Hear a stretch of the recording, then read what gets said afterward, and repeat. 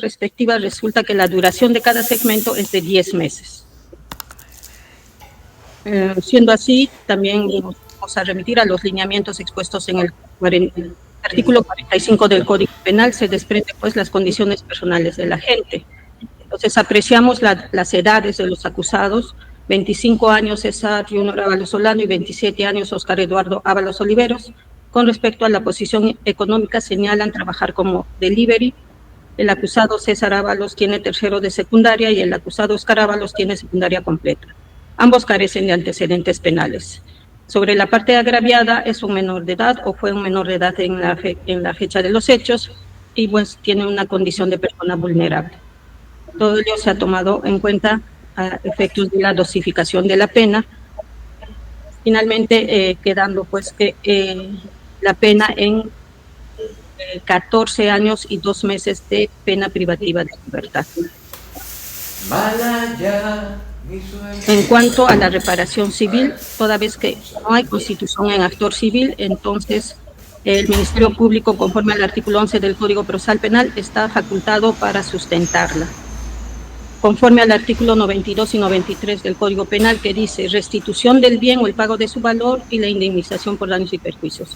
Advertimos que en este caso el teléfono celular fue recuperado, fue devuelto al agraviado, considerando pues que hay un daño mínimo patrimonial. En cuanto al daño moral, advertimos que el menor sufrió una agresión física, conforme se acredita con el certificado médico legal, además de haber sido interceptado en la vía pública cuando transitaba por ella libremente.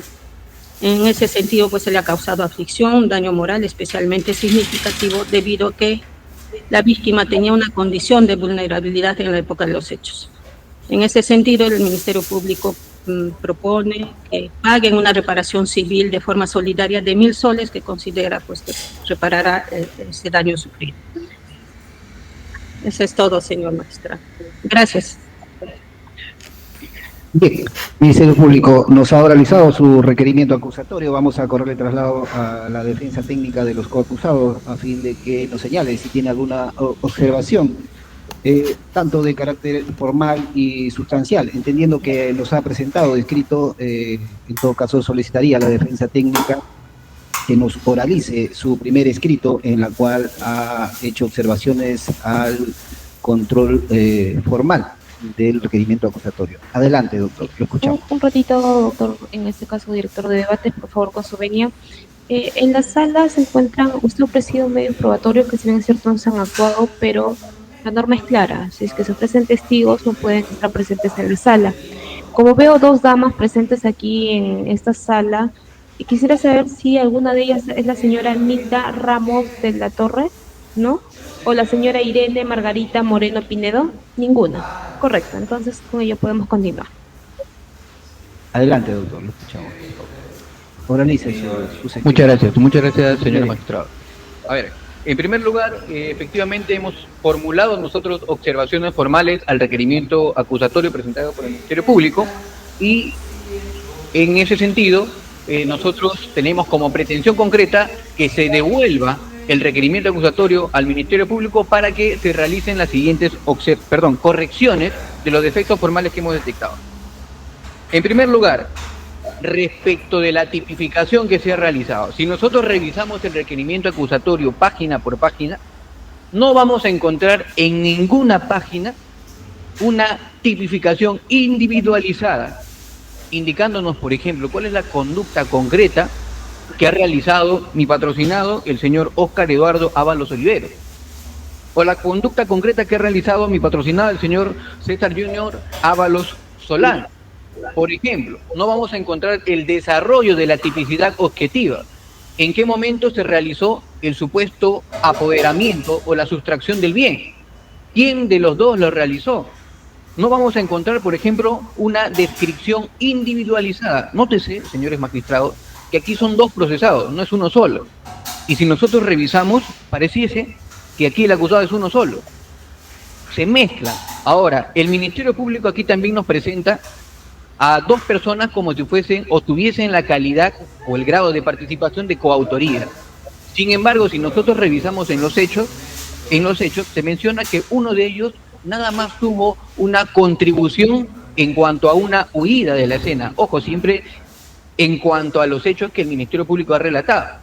Pero si esto es así, entonces se nota claramente que aquí no se habla o no se puede hablar de coautoría. En todo caso, uno de ellos es autor y el otro es cómplice. Y hay una diferencia sustancial en ese sentido. ¿Por qué? Porque aquí se está imputando a 2 personas por el delito de robo agravado.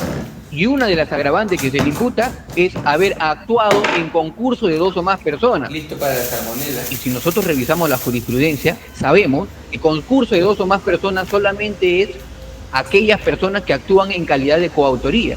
Y si en este caso hay 2 personas que no han actuado en calidad de coautoría, sino autor y cómplice, esta agravante no se configura. Ahora, también hemos encontrado como otro defecto formal que el Ministerio Público, por ejemplo, teniendo en cuenta que es el delito de robo agravado aquí, no explica quién de mis patrocinados realizó el supuesto acto de violencia. ¿En qué momento se realizó? ¿Antes o después de la sustracción o apoderamiento del bien? ¿Cuál fue la finalidad de este acto de violencia que supuestamente realizó uno de mis patrocinados? ¿Cuál fue? ¿Facilitar el apoderamiento o repeler la resistencia por parte del agraviado? ¿Cuál fue la finalidad de este acto violento que supuestamente se configura en este delito?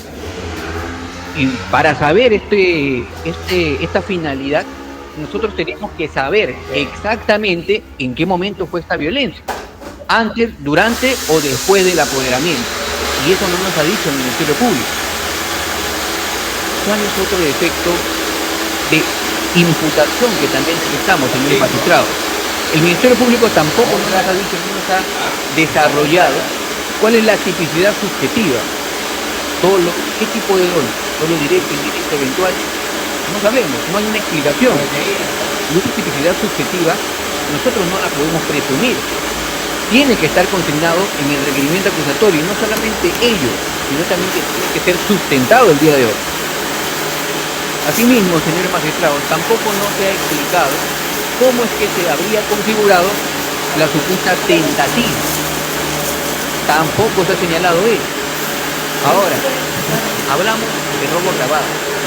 Respecto de los agravantes, no se ha hecho una explicación individualizada. ¿Qué agravante configura para cuál de mis patrocinados?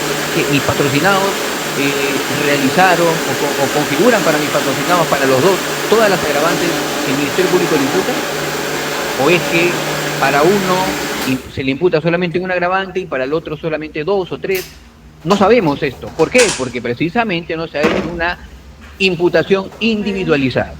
Ahora, cerramos un momento el tema de la tipificación y de la imputación. Y vamos ahora a la determinación judicial, a la determinación de la pena que el Ministerio Público está proponiendo. Si nosotros revisamos el apartado de la pena que está solicitando, vamos a encontrar que, por ejemplo, nos dice en el punto 7.2.4 lo siguiente, dice: en tal contexto, apreciando que concurre la circunstancia de la tentativa, el nuevo margen de las penas mínima y máxima será de no menor de 13 años 4 meses ni mayor de 20 años.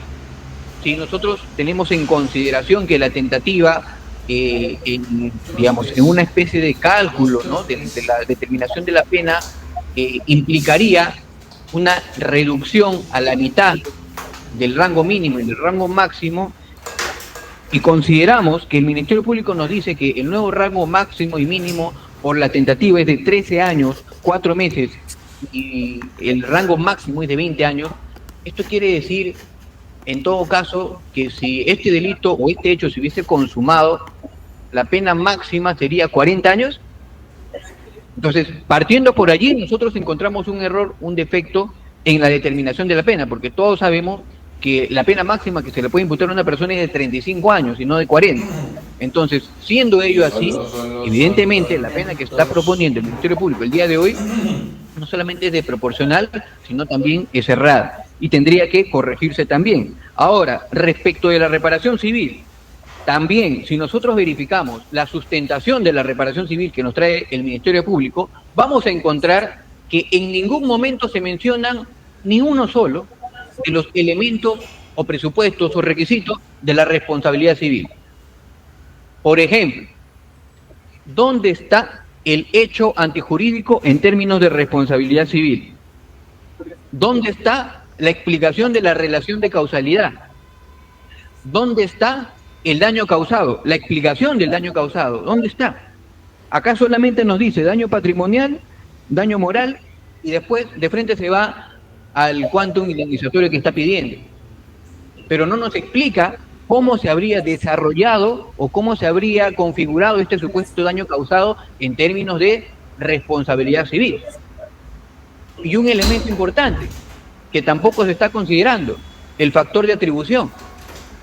Nótese, señores magistrados, que como bien sabemos, en un proceso penal se acumulan tanto la acción civil como la acción penal, pero esto no implica que se tenga que dejar de lado la acción civil o los requisitos o presupuestos de la responsabilidad civil o de la acción civil solamente porque estamos en un proceso penal.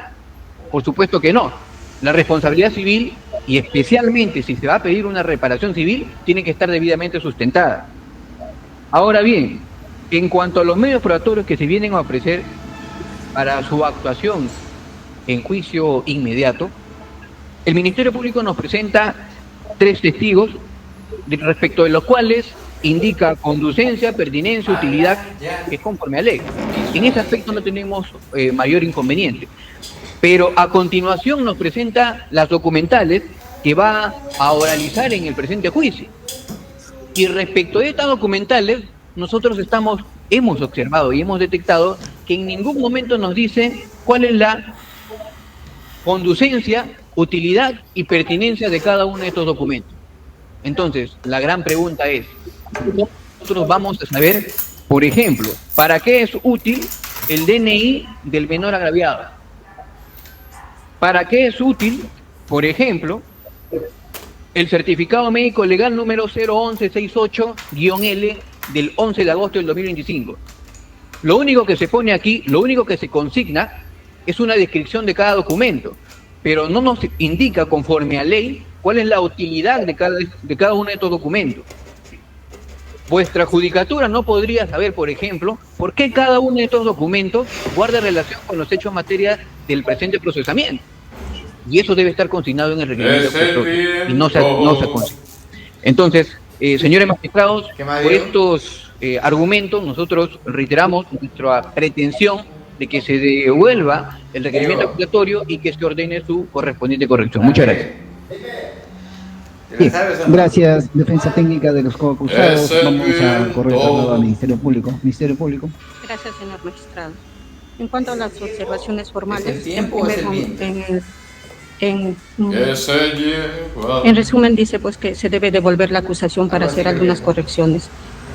Primero se dice que no hay tipificación individualizada, sin embargo, en el escrito de acusación, en el punto 5, cuando dice participación que se atribuye a los acusados, el cual he oralizado en esta audiencia, claramente dice pues la participación cada uno de ellos, César Junior